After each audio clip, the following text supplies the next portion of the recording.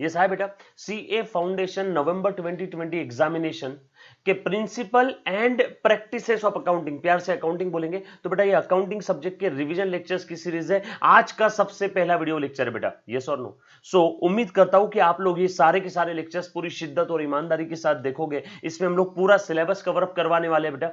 पहले एक बार मैं आपको वेटेज बता देता हूं और उसके बाद तुरंत इन नो टाइम हम लोग लेक्चर स्टार्ट करते हैं। This side CS Harish Mathariya. और बेटा सबसे पहले एक बार वेटेज देख लेते हैं। सबसे पहले नंबर वाला जो टॉपिक है इसके ऊपर जनरली थ्योरी क्वेश्चन आते हैं, प्रैक्टिकल क्वेश्चन आने की संभावना, लेकिन कहां से, ये आपका जो अकाउंटिंग इक्वेशन था asset is equal to liability plus capital, ये अकाउंटिंग इक्वेशन का प्रैक्टिकल क्वेश्चन आया तो आ सकता है। अदरवाइज इस टॉपिक में थ्योरी क्वेश्चन आने के चांसेस बहुत ज्यादा है। सेकेंड नंबर का जो टॉपिक है इसमें भी थ्योरी क्वेश्चन आने के चांसेस ही बहुत ज्यादा है। सो इन शॉर्ट पहले दो टॉपिक के ऊपर थ्योरी क्वेश्चन आ सकते हैं 20 से 22 नंबर के, 20 से 22 नंबर के पहले दो टॉपिक के ऊपर थ्योरी क्वेश्चन आते हैं बेटा, यस और नो। बीआरएस जो है इसके ऊपर ऐसे समझो 5 से 6 नंबर का क्वेश्चन आएगा, जिसमें चांसेस ज्यादा है BRS with adjusted cash book. Sir आप सारे टॉपिक रिवाइज करवाओगे क्या? हाँ सर आप बीआरएस भी बताओगे, एडजस्टेड कैश बुक बताओगे, यस बिल्कुल। और कोई भी चीज लर्न करने की जरूरत नहीं है, आपको हर चीज के पीछे का मैं लॉजिक बताने वाला हूं। कहने के लिए रिवीजन लेक्चर, लेकिन ऐसा समझो एज गुड एज मैं पूरा सिलेबस ही आपको इसमें बताने वाला हूं बेटा। देन उसके बाद inventory, one of my favourite topic. Inventory के अंदर में जो रिवर्स कैलकुलेशन वाले क्वेश्चन है, जो कि ये रिवीजन लेक्चर से, तो मैं ऐसा सोच रहा हूं आप लोगों ने एटलीस्ट एक बार तो भी थोड़ा बहुत ऊपर ऊपर से इस सब्जेक्ट की पढ़ाई किया होगा, यस और नो। सो इन्वेंट्रीज में रिवर्स कैलकुलेशन वाले क्वेश्चन है, उसके आने के चांसेस बहुत ज्यादा है। ऐसा समझो 6 से 7 नंबर के लिए इन्वेंट्री के ऊपर क्वेश्चन आता है।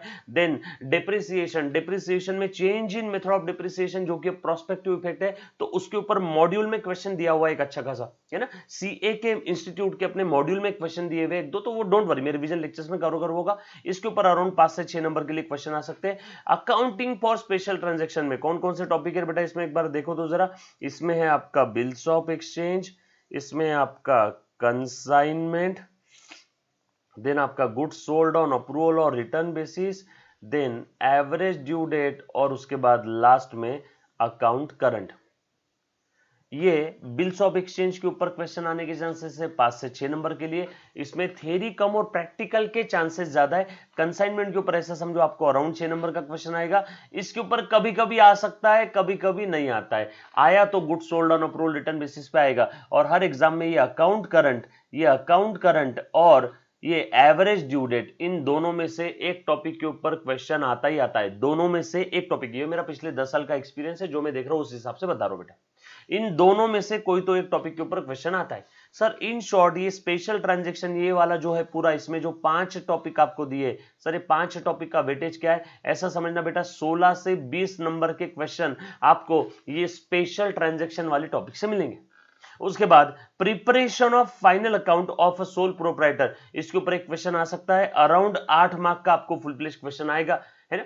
एग्जाम में ट्रायल बैलेंस दिया रहेगा, आपको फाइनल अकाउंट प्रिपेयर करना पड़ेगा, विथ एडजस्टमेंट वाला क्वेश्चन रहेगा। डोंट वरी रिवीजन लेक्चर्स में एडजस्टमेंट भी पढ़ाने वाला हूं। उसके बाद पार्टनरशिप में जॉइंट लाइफ पॉलिसी के ऊपर क्वेश्चन आने की संभावना बहुत ज्यादा है। और एक सैंडविच क्वेश्चन आता है जिसमें एडमिशन एंड रिटायरमेंट दोनों भी एक साथ में होती है बेटा, दोनों की भी एडजस्टमेंट एक साथ में होती है। डोंट वरी, इस टाइप का क्वेश्चन, जेएलपी का क्वेश्चन इन डेप्थ में हम लोग यहाँ पे रिवीजन लेक्चर्स में करने वाले।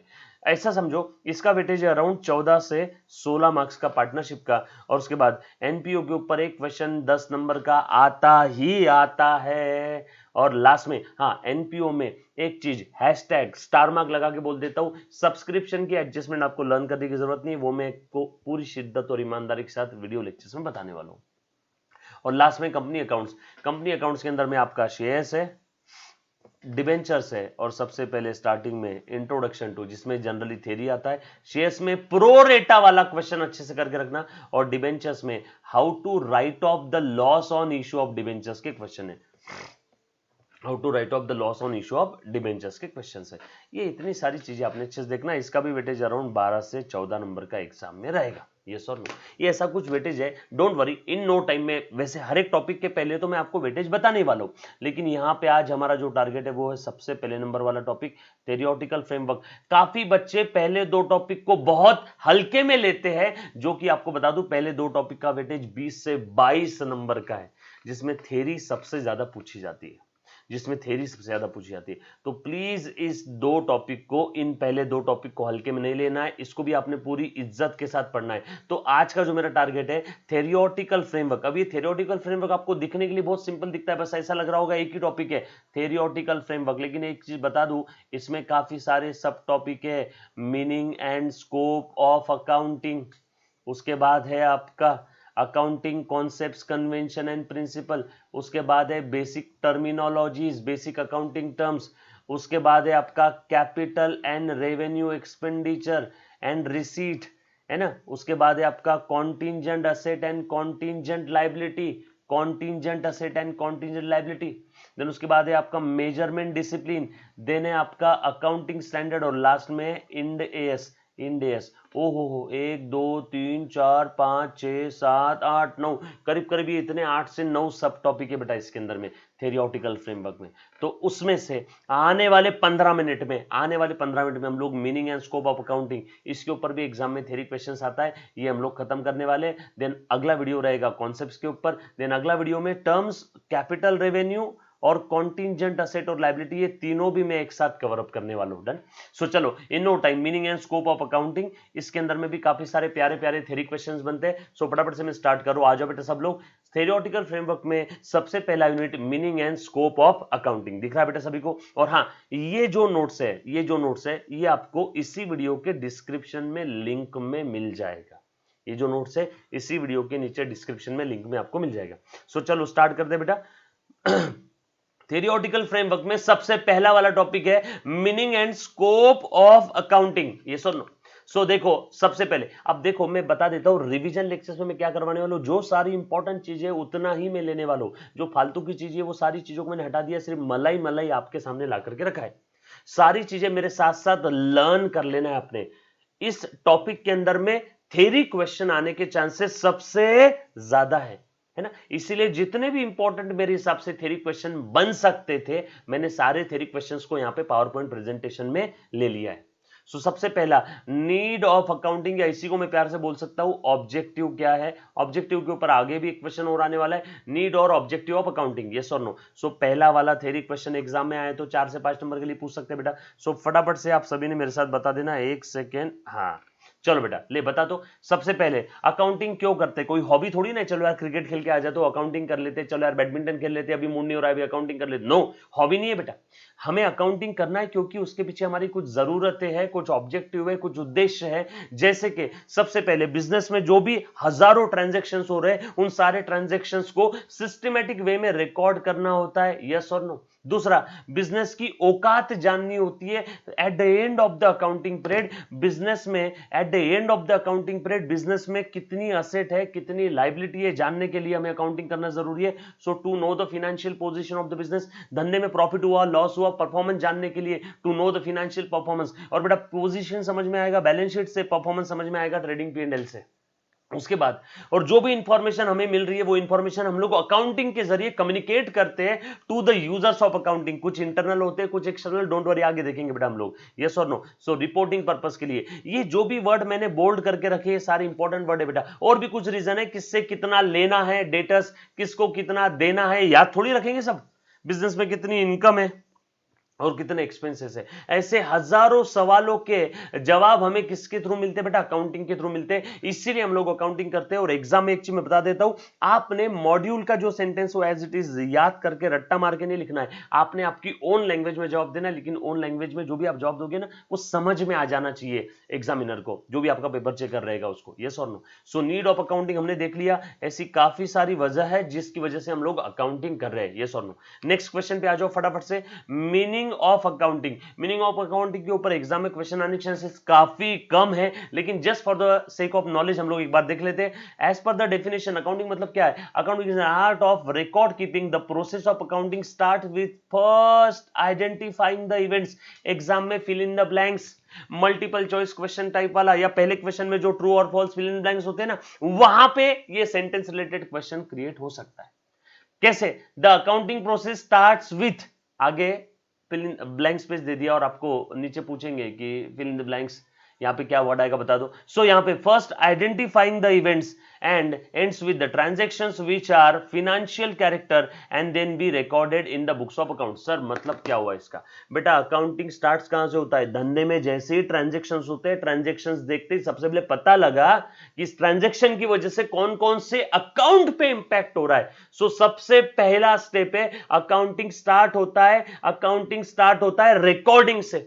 बिजनेस है, बिजनेस में ट्रांजैक्शंस है, ट्रांजैक्शंस को रिकॉर्ड करने से हमारा अकाउंटिंग स्टार्ट होता है। सो ऐसा बोला जाता है। So recording is the first step, recording is the first step. और रिकॉर्डिंग में भी सबसे पहले क्या करते हैं हम लोग? आइडेंटिफाई करते हैं कि कौन सा इवेंट है, कौन सा ट्रांजैक्शन है। सर इवेंट और ट्रांजैक्शन में फर्क क्या है? बेटा event is the final result of transaction. जैसे मेरा एक इनकम हुआ 100 रुपए का, ट्रांजैक्शन नंबर 1, एक्सपेंस हुआ 80 रुपए का, ट्रांजैक्शन नंबर 2। ये ट्रांजैक्शन 1 2 इनकम और एक्सपेंस 100 और 80 का नेट इफेक्ट है, प्रॉफिट 20 रुपए। So profit is an event. माल खरीदा 10 आइटम, ट्रांजैक्शन नंबर 1, माल बेचा 8 आइटम, ट्रांजैक्शन नंबर 2, और दोनों का नेट इफेक्ट क्या है? 10 खरीदा, 8 आइटम बेच दिया, बचा क्या है बेटा? 2 क्लोजिंग स्टॉक है। Closing stock is an event, yes और नो? सो सबसे पहला काम है बिजनेस में जो ट्रांजैक्शन हो रहे पहले तो आइडेंटिफाई करो क्या ट्रांजैक्शन है, क्या इवेंट है। आइडेंटिफाई करने के बाद फिर उसे रिकॉर्ड करो, यस और नो? सो उसके बाद recording is done in a journal और सब्सिडारी बुक। दोनों में से कोई तो एक जगह पे, दोनों जगह पे रिकॉर्डिंग नहीं होती है, या तो जर्नल एंट्री बुक में या तो सब्सिडारी बुक में, यस और नो? और ये दोनों बुक को हम लोग प्यार से प्राइमरी बुक बोलते हैं। एग्जाम में ऑब्जेक्टिव क्वेश्चंस में इस सेंटेंस को सेट कर सकते हैं। उसके बाद transactions and events must have at least in a part of financial characters. मतलब क्या? फिनेंशियल कैरेक्टरिस्टिक्स होना मतलब चाहिए क्या? जो ट्रांजैक्शंस को आप मनी और मनीज वर्थ में मेजर कर सकते हो उसी का अकाउंटिंग करोगे। जिसको आप मनी और मनीज वर्थ में मेजर नहीं कर सकते उसका अकाउंटिंग करने की जरूरत नहीं है। At least having financial character, yes और नो? दस मैं ऐसा बोल सकता हूं, ऊपर के सारे पॉइंट को मद्देनजर रखते हुए मैं ऐसा बोल सकता हूं, thus accounting is the process of recording, classifying, summarising, analysing and interpreting. ओ हो सर कितनी सारी चीजें इन्होंने एक साथ लिख दी। सर एक बार एक्सप्लेन कर दो यहां पे, देख बेटा अच्छे से ध्यान देना। So accounting is the process of recording, journal entry record करो, क्लासिफाइंग, क्लासिफाइंग यानी क्या? चूड़ा दिया उसमें से सेव अलग, चने अलग, मुरमुरे अलग, फुटाने अलग, सब अलग अलग करना है, क्लासिफाई करना है, ऑर्गेनाइज करना है, ताकि इन फ्यूचर जब भी आपको इंफॉर्मेशन रिट्राइव करना है, काम की इंफॉर्मेशन चाहिए तो फटाक से मिलेगी। मेडिकल शॉप पे आप लाखों दवाइयां देखते हो, उसमें से आप क्रोसिन मांगते हो 2 रुपए की, 1 मिनट में निकाल के देता है इतनी लाखों दवाइयों में से। क्यों? क्योंकि वहां पे प्रॉपर क्लासिफिकेशन हुआ है दवाइयों का, यस और नो? तो ये है आपका लेजर पोस्टिंग। उसके बाद समराइजिंग, ट्रायल बैलेंस, या फिर आप आपके फिनेंशियल स्टेटमेंट बना लेते हो। पूरे साल भर के अकाउंटिंग को आप कुछ पेजेस के फिनेंशियल स्टेटमेंट्स में कन्वर्ट कर देते हो, ये है समराइजिंग। और उसके बाद वो फिनेंशियल स्टेटमेंट्स में कितना एसेट्स है, आपका फिनेंशियल पोजीशन क्या है, आपके रेशियोज क्या है, रेशियो स्टडी आप आगे जाके सीए इंटर में पढ़ोगे, फाउंडेशन लेवल पे नहीं है। आप एनालाइज करते हो, इंफॉर्मेशन एनालाइज करने के बाद आप समझते हो, अच्छा ऐसा, ओहो तो धंधे में हमने ये गलतियां कर दी, ये अच्छा किया, आगे ऐसा करेंगे, समझते हो। और समझने के बाद आप उसे क्या करते हो? आखिरी में यूजर्स ऑफ द अकाउंट्स को कम्युनिकेट करते हो। तो इतनी सारी चीजें आती है अकाउंटिंग में। सर बुक कीपिंग के अंदर में सिर्फ रिकॉर्डिंग आता है और आगे का पूरा जो किस्सा है वो अकाउंटिंग में। अकाउंटिंग के लिए स्किल्ड वर्कर लगता है, बुक कीपिंग के लिए क्लरिकल वर्क वाला काम है, रेगुलर बेसिस वाला काम है, रूटीन बेसिस वाला काम है, यस और नो? सो ऊपर के सारे पॉइंट्स को हमने लास्ट के एक पॉइंट में कवर अप कर दिया है, यस और नो? अगर कहीं पे थ्योरी क्वेश्चन आए तो लिखने के लिए काफी सारा माल मसाला मिल गया आपको इस स्लाइड से। चलो बेटा आगे। उसके बाद procedural aspect, very important theory question. आपको एग्जाम में शॉर्ट नोट दिया जाएगा और पूछा जाएगा प्रोसीजरल एस्पेक्ट के ऊपर आपका शॉर्ट नोट लिखना है बेटा आपने, procedural aspect of the accounting. तो अकाउंटिंग में बेसिकली 2 ही प्रोसीजर होती है, इंफॉर्मेशन जनरेट करना और उसको यूज करना। सर जनरेट कैसे करना है? अभी तो देखा था, recording, classifying, summarising, analysing, interpreting and communicating, yes और no? Recording, classifying, summarising, analysing, interpreting and communicating. So information को पहला काम है जनरेट करो और दूसरा काम है क्या बेटा? उस इंफॉर्मेशन को यूज करो। जनरेट करके अचार थोड़ी ना डालना है, अचार डालना है क्या? मुरब्बा बनाने जनरेट करके? नो, जनरेट करेंगे पहला काम और उसके बाद यूज करेंगे। यूज कौन करेगा? ओनर्स है, मैनेजमेंट है, जो कोई भी यूजर्स है बेटा अकाउंटिंग इंफॉर्मेशन के। कुछ इंटरनल्स है जैसे एम्प्लॉय, ओनर्स, मैनेजमेंट, कुछ एक्सटर्नल्स है जैसे गवर्नमेंट है ना, इनकम टैक्स डिपार्टमेंट है, यस और नो? प्रपोज इन्वेस्टर्स है, कुछ एक्सटर्नल यूजर्स है जो ऑर्गेनाइजेशन के बाहर के, और कुछ इंटरनल यूजर्स है जो ऑर्गेनाइजेशन के अंदर के, यस और नो? उसके बाद प्रोसीजरल एस्पेक्ट के ऊपर क्वेश्चन आएगा, जितना इस स्लाइड में दिख रहा है उतना ही लिखना है, उससे ज्यादा लिखने की जरूरत नहीं बेटा। उसके बाद very important theory question for 4 to 5 marks, objective of accounting.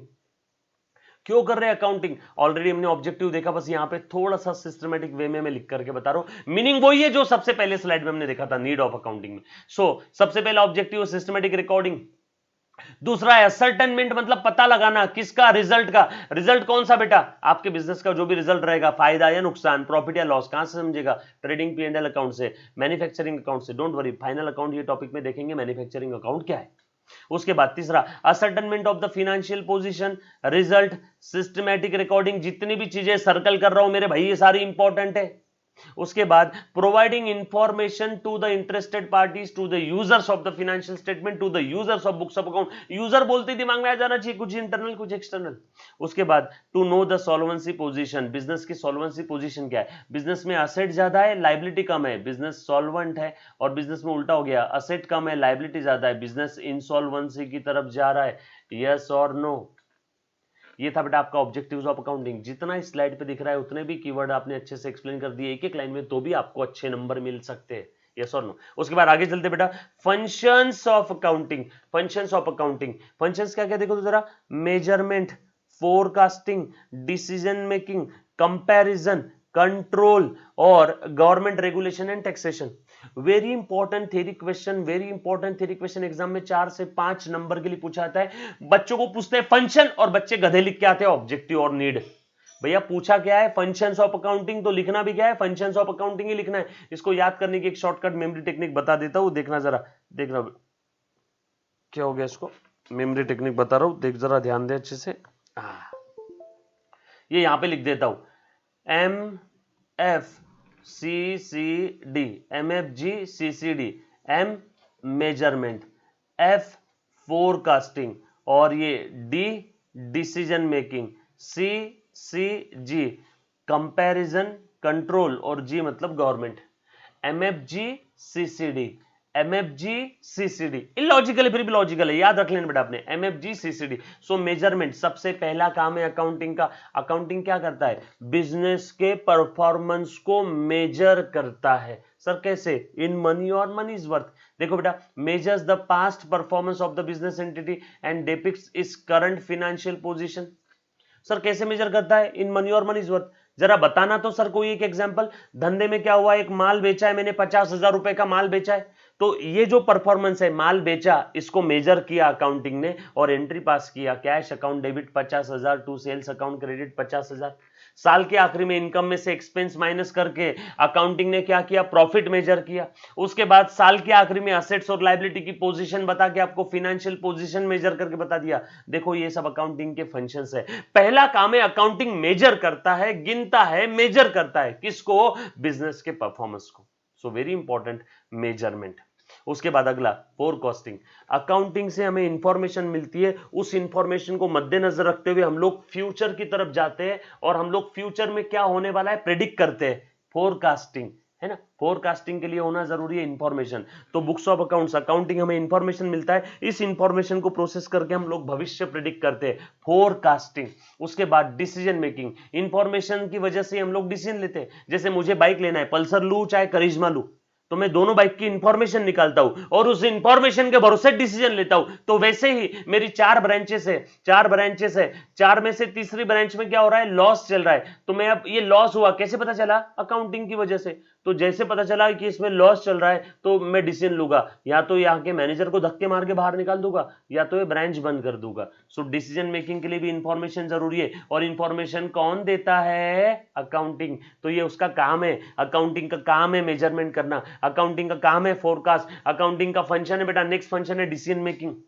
उसके बाद नेक्स्ट फंक्शन है कंपैरिजन एंड इवैल्यूएशन। पिछले पीरियड की अकाउंटिंग की इंफॉर्मेशन को इस पीरियड की अकाउंटिंग इंफॉर्मेशन के साथ कंपेयर करो, इवैल्यूएट करो, चेक करो जो होना चाहिए था वो हो रहा है कि नहीं हो रहा है, यस और नो। उसके बाद कंट्रोल है ना, आपके बिजनेस में जहां कहीं भी वीकनेसेस है, लूप होल्स है, आपको अकाउंटिंग के जरिए पता चल जाएगा, आप उसे कंट्रोल कर सकते हो, कवर अप कर सकते हो। और लास्ट में गवर्नमेंट भी कंपलसरी करती है बेटा आपने अकाउंटिंग करना है, क्योंकि गवर्नमेंट को टैक्स कैलकुलेशन में हेल्प हो जाएगी। अगर आपने अकाउंटिंग प्रॉपर किया तो गवर्नमेंट को टैक्स कैलकुलेशन में हेल्प हो जाएगी। सो ये लास्ट वाला वाला पॉइंट है, ये सारे अकाउंटिंग के फंक्शंस है। बोल मेरे बच्चे, measurement, forecasting, government, comparison, control और decision making, MFG, CCD, very important theory question. चल बेटा आगे चलते हैं। उसके बाद बुक कीपिंग एंड अकाउंटिंग का डिफरेंस बोला है बेटा, यहाँ पे बता दो बेटा फटाफट से बुक कीपिंग एंड अकाउंटिंग का।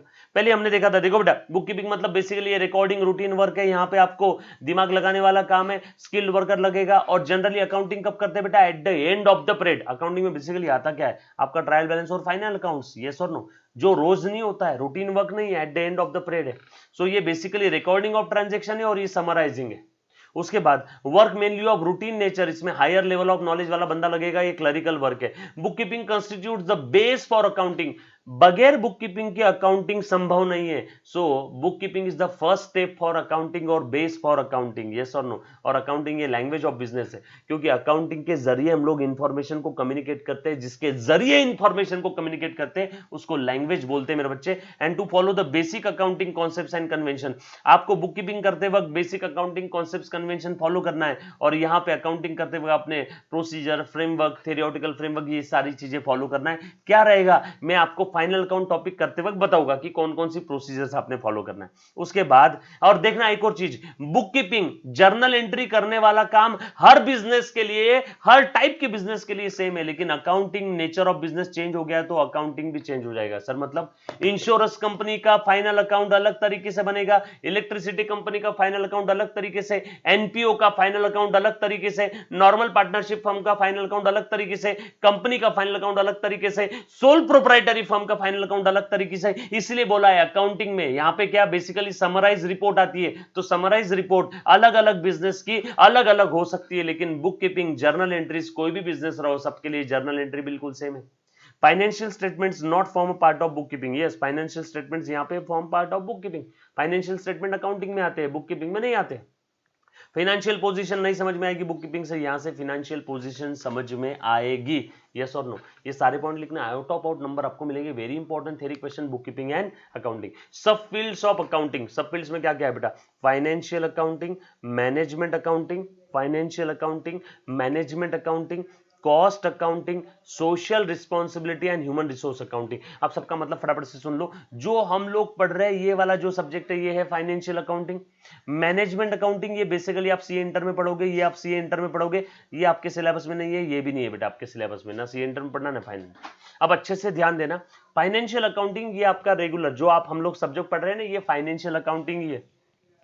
ट्रांजैक्शंस को रिकॉर्ड करो, क्लासिफाई करो, है ना, लेजर पोस्टिंग करो, बैलेंसिंग करो, ट्रायल बैलेंस बनाओ, फाइनल अकाउंट बनाओ, ये है आपका फाइनेंशियल अकाउंटिंग, यही हमारा सब्जेक्ट है। हम लोग ब्रांचेस ऑफ अकाउंटिंग देख रहे हैं। सब फील्ड मतलब क्या है मेरे बच्चे? Branches of accounting.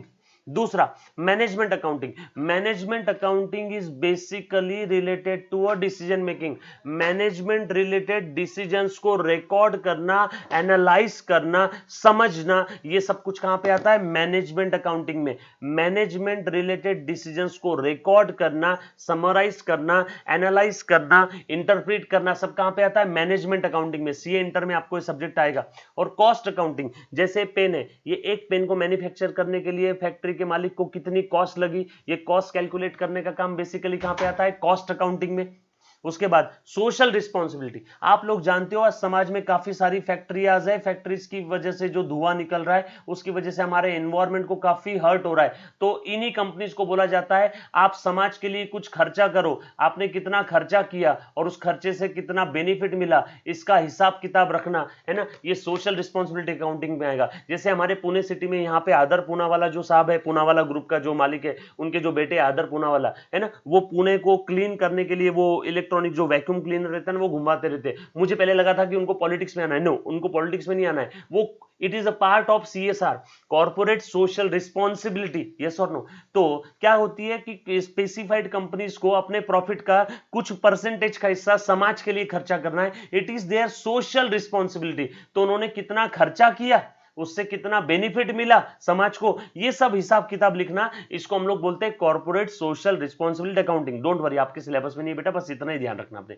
और ह्यूमन रिसोर्स अकाउंटिंग, आप आपके ह्यूमन रिसोर्सेस को, आप आपके एम्प्लॉयज को भी वैल्यू करोगे। इंडिया में होता नहीं है, यूएस के अंदर में ह्यूमन रिसोर्स अकाउंटिंग है, इंडिया में कंपलसरी नहीं है। आप फिर भी इंडिया में बड़ी बड़ी कंपनीज के, आप अगर इन्फोसिस है, टीसीएस है, उन कंपनीज के फाइनेंशियल स्टेटमेंट्स के रिपोर्ट्स में आपको आखिरी में ह्यूमन रिसोर्स अकाउंटिंग के ऊपर भी एक टेबल मिलेगा। यस और नो। तो ये सारी क्या है, ब्रांचेस ऑफ अकाउंटिंग है। Very very important theory question exam point of view से काम का है। देन यूजर्स, यूजर्स में ओनर्स है, शेयर होल्डर्स, मैनेजर्स, ज्यादा इसके ऊपर टाइम नहीं देंगे, क्रेडिटर्स, गवर्नमेंट एम्प्लॉइज, रिसर्चर्स, ये सब यूजर है। कस्टमर की यूजर है, मान लो ये गवर्नमेंट है, गवर्नमेंट के पास टोटल 1000 यहाँ पे रेलवे स्टेशन है, ये सारे रेलवे स्टेशन पे गवर्नमेंट को कैमरा बिठाना है, कैमरा बिठाना है, यस और नो, कैमरा बिठाना है सारे रेलवे स्टेशन पे। तो गवर्नमेंट कौन है, बायर, गवर्नमेंट कैमरा बाय करना चाहती है, और ये मार्केट में तरह तरह के सेलर है, सब लोग सेलर चले गए गवर्नमेंट के पास, सारे सेलर गवर्नमेंट के पास चले गए, बोले हम कैमरा बेचेंगे, हम कैमरा बेचेंगे। तो गवर्नमेंट कौन है, बायर, गवर्नमेंट कौन है, कस्टमर। तो गवर्नमेंट बोलेगी चलो भैया सब लोग अपने अपने बुक्स ऑफ अकाउंट्स की कॉपी भेज दो, मैं सबके बुक्स ऑफ अकाउंट चेक करूंगी, पता चला तेरी औकात नहीं है कैमरा बेचने की, तेरा टर्नओवर इतना है नहीं, फिर भी तू यहाँ पे इतना बड़ा टेंडर लेना चाहता है। तो गवर्नमेंट सामने वाले की एलिजिबिलिटी चेक करने के लिए बुक्स ऑफ अकाउंट्स बुलवा सकती है। मतलब बायर, मतलब कस्टमर भी बुक्स ऑफ अकाउंट्स का यूजर हो सकता है क्या, यस। सो ये इंटरनल यूजर है, ये इंटरनल यूजर है ना, ये एम्प्लॉय इंटरनल यूजर्स है, बाकी सारे एक्सटर्नल यूजर्स है। ये users of books of accounts को यूज करते हैं for decision making. Very important theory question exam में आ सकता है। Analyst the user, analyst the user मतलब वहां पे सिर्फ आपने लिस्ट ही लिखना है, ज्यादा और दिमाग लगाने की जरूरत नहीं है। उसके बाद अकाउंटिंग एंड इकोनॉमिक्स, क्या चीज है, दोनों का कनेक्शन क्या है बेटा, अकाउंटिंग और इकोनॉमिक्स का बताता हूं जरा। Economics is viewed as a science of rational decision making, और अकाउंटिंग में भी डिसीजन मेकिंग आता है मेरे बच्चे। अकाउंटिंग में आपको लोगों को इंफॉर्मेशन मिलती है, उस इंफॉर्मेशन के भरोसे आप डिसीजन मेकिंग करते हो। इकोनॉमिक्स में भी क्या है बेटा, basically economics is the science of rational decision making, yes और नो। उसके बाद एक सेंटेंस में आपने फटाफट से सारी चीजों को एक्सप्लेन करना है। बेसिकली इकोनॉमिक्स में क्या होता है, analysis of efficient use of square resources. आपके आज के तारीख में एनवायरमेंट में जो भी रिसोर्सेस है, उस रिसोर्सेस स्केयर है। आपके बिजनेस में जो भी रिसोर्सेस है, वो रिसोर्सेस स्केयर है। तो स्केयर रिसोर्सेस के एफिशिएंट यूज का एनालिसिस करना, ये स्टडी आता है बेटा इकोनॉमिक्स में। अकाउंटिंग में भी तो सेम ही होता है। अकाउंटिंग में हम लोग बिजनेस के जो भी रिसोर्सेस है, उन सारे रिसोर्स को अकाउंट फॉर करते हैं, लिख के रखते हैं, और बिजनेस की सारी एसेट के ऊपर मेरी नजर होती है। वो रिसोर्सेस, वो एसेट बिजनेस पर्पस के लिए यूज हो रहा है कि नहीं हो रहा है, इफिशिएंट वे में यूज हो रहा है कि नहीं हो रहा है, कैसे यूज होना चाहिए था, एक्चुअल में कैसे यूज हो रहा है, कंपैरिजन करता हूं, एनालिसिस करता हूं। तो अकाउंटिंग और इकोनॉमिक्स एक दूसरे के साथ कनेक्टेड है कि नहीं है, यस और नो। सो इधर भी डिसीजन मेकिंग, इधर भी डिसीजन मेकिंग, इधर भी एनालिसिस ऑफ रिसोर्सेस, इधर भी एनालिसिस ऑफ स्केयर रिसोर्सेस। यहां पे रिसोर्सेस क्या है, बिजनेस के लिए, बिजनेस की सारी संपत्ति, प्रॉपर्टी, एसेट्स, ये बिजनेस के रिसोर्सेस है, एम्प्लॉइज बिजनेस के रिसोर्सेस है। तो हम लोग यहां पे अकाउंटिंग में भी एनालिसिस करते रहते हैं कि रिसोर्सेस इफिशिएंटली और इफेक्टिवली यूज हो रहे हैं कि नहीं हो रहे। इसलिए बोला जाता है मेरे बच्चे, अकाउंटिंग और इकोनॉमिक्स दोनों एक दूसरे से इंटरलिंक्ड है, यस और नो। उसके बाद आगे बढ़ते बेटा, accounting and statistics, but obvious है स्टैटिस्टिक्स में भी हम लोग नंबर्स के साथ खेलते हैं, अकाउंटिंग में भी नंबर्स के साथ खेलते हैं। ध्यान देना जरा, मैं क्या बात करने चाह रहा हूं बेटा, अच्छे से ध्यान देना आपने। जैसे कि आप लोग जानते हो कि अकाउंटिंग इंफॉर्मेशन काफी प्रिसाइज है, काफी प्रिसाइज है। इसका मतलब क्या, अच्छे से ध्यान देना।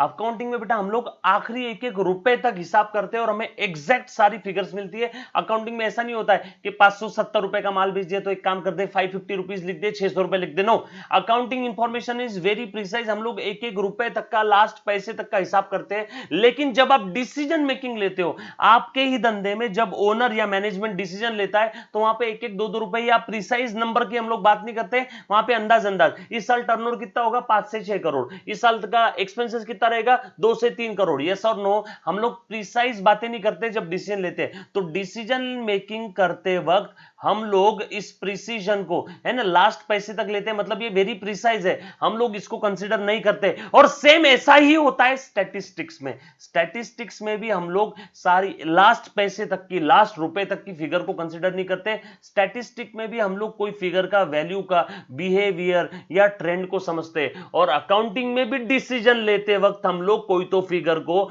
या फिर किसी वैल्यू का हम लोग बिहेवियर या ट्रेंड समझते हैं। जैसे पहले साल खर्चे थे 10 करोड़ रुपए, अगले साल खर्चे हो गए 12, नेक्स्ट ईयर खर्चा हो गया 13 करोड़, उसके बाद खर्चा हो गया 14 करोड़। तो देखो हम लोग इस एक्सपेंस की फिगर का बिहेवियर या ट्रेंड समझ रहे हैं। सेम ऐसा ही कहां पे होता है, स्टैटिस्टिक्स में। यस और नो? यहां तक क्लियर हुआ समझो? इसीलिए बोला जाता है बेटा accounting and statistics are interconnected. उसके बाद अकाउंटिंग एंड मैथमेटिक्स, ये तो डेफिनेटली बेटा अच्छे से ध्यान देना। थ्योरी क्वेश्चन, अकाउंटिंग का एक इक्वेशन है जिसको आप लोग अलजेब्रिक इक्वेशन बोल सकते हो, asset is equal to liability plus capital. तो ये अलजेब्रिक इक्वेशन जो है, जो आपके डबल एंट्री सिस्टम को प्रूव करता है, ये कहां से आया? मैथ्स का ही तो पार्ट है मेरे बच्चे।